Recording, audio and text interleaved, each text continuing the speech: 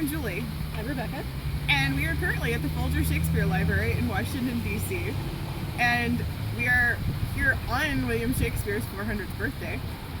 And in keeping with what the Folger Shakespeare Library has encouraged people to do, we're going to talk for a few minutes about what Shakespeare has meant to us. So growing up, we were part of a Shakespeare club in Winston-Salem, which was sponsored by our aunt, Nina Weigel, who was awesome, our honorary aunt. Yeah, no, this is actually one of the ways that we met. We've known each other for years. And we met at least in part because of this Shakespeare club, because we were both huge nerds and liked to go and read Shakespeare after school together with other nerds, which was great. In middle school, in high school, every week, Friday afternoon, we'd sit around in this large kitchen, drink tea, and talk about Shakespeare, which totally sounds like the kind of thing that you would start a novel with, and it actually happened in real life. Yeah, I mean, there's something vaguely like, you know, like it should be an hour-long comedy drama, like the Gilmore Girls, kind of charming, you know, small town South, not really a small town, but, you know, we'd make it. But yeah, no, we would read Shakespeare plays, which, as a frustrated actor, was great, myself. And yeah, I mean, by the time I got to college, I took a class my freshman year in college, which was for upperclassmen. So I had to sort of have an interview with the professor to demonstrate that I knew what I was talking about Shakespeare, and I passed. I passed very well.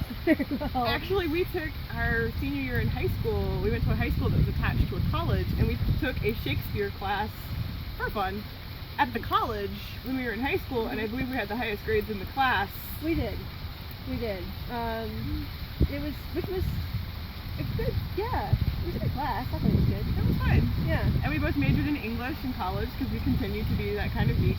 Right. I discovered that at Georgetown, where I went to school, you would get credit for, if you took film classes, you would get credit towards an English concentration in performance and culture, which is also where Shakespeare always winds up.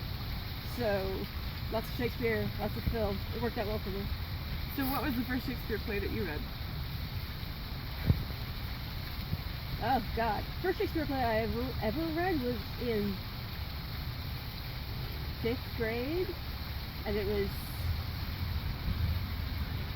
Julius Caesar, I think. That was the first one I read too. I don't know why this is big. I mean, it's not super complicated, Julius Caesar. It's also not super appealing. Not appealing particularly, but I don't know. They should give every child a Midsummer Night's Dream. They should let every child play a fairy at some point.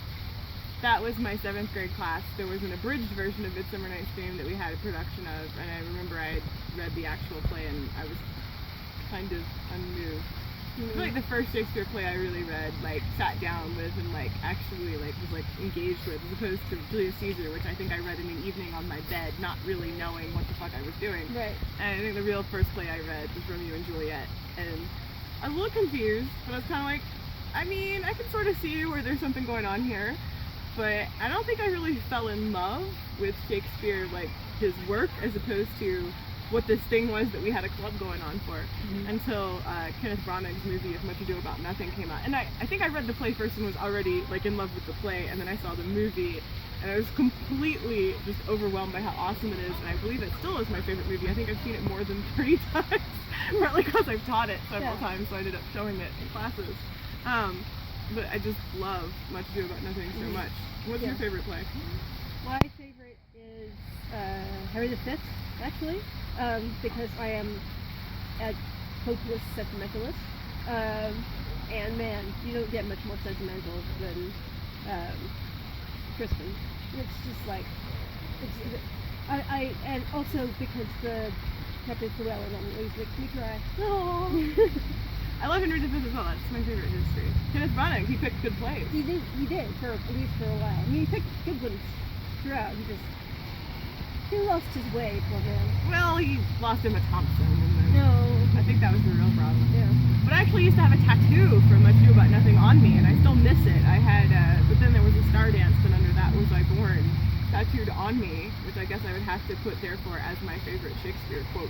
Yeah. What's your favorite? I'm particularly partial to the first line of Henry V, which is, "Oh, for a muse of fire to ascend the highest heaven of invention," which, yeah, I mean, just start everything that way, right? Start everything. I should like put that on my desk, like as my inspiration for when I'm writing. Yeah. That'd be awesome. Mm-hmm. So we were both talking earlier about plays that we had written about in college. Yeah. So subsequently writing papers, I don't even remember what papers we wrote in high school, but definitely my favorite Shakespeare paper that I ever wrote personally, I wrote about Antony and Cleopatra, which is not a play that I love, but man, is it fun to write about. And I was interested because all of at the time I was writing about it, Gosford Park had just come out. And I was really intrigued by the way that all the critiques I read of Antony and Cleopatra said that it had always been a failure as a stage production, even in like Peter Brook's production and with Patrick Stewart, like still just didn't work very well, even though everyone agrees that it's on some level a really good play.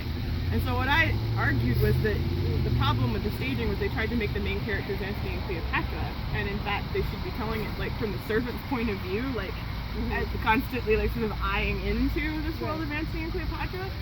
Is one of the things that, yeah, I mean, so my really kind of nerds that had favorite papers, mine was on the Branagh versus the Olivier interpretations of Henry V. And one of the reasons Branagh is so good is because it's all pretty much from the point of view of, you know, the gang from the boar's head. Whereas Olivier thinks that they're ridiculous and makes fun of them.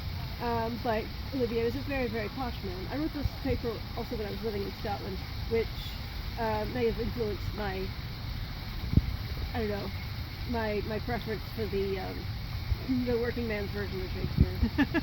I think there's a lot to be said for that, especially since mostly Shakespeare was performed for working people. Like, I mean, definitely was performed for the Queen, but mostly their bread and butter was those people who were coming to stand up there.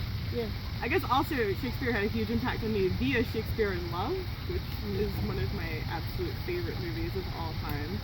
And I adore the way that it takes like the 10 minutes of Romeo and Juliet that I think is actually good and brings it in a really beautiful way. I think ultimately my favorite thing about Shakespeare is just the way that it's so influential throughout drama.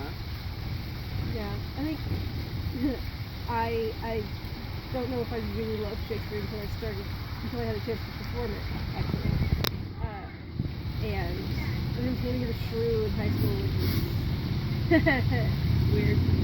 We went to an all-girls high school, so technically it was an interesting choice.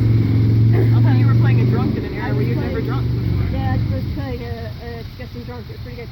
And then a few years ago, I was in Romeo and Juliet with Benvolio, and that was really good. Fantastic experience. We had a particularly good Mercutio. I like listening to William Mad speech and just totally forget what I was going to say. Well, I think I wanted to close this video out just for people who aren't familiar with American Sign Language, since we are in Washington, D.C., which is kind of the death capital of America. It seems appropriate to end with the sign for Shakespeare, which is literally the sign for shake and literally the sign for spear combined. So this is the sign for Shakespeare, any of you who are unfamiliar. And yeah, happy birthday, Will.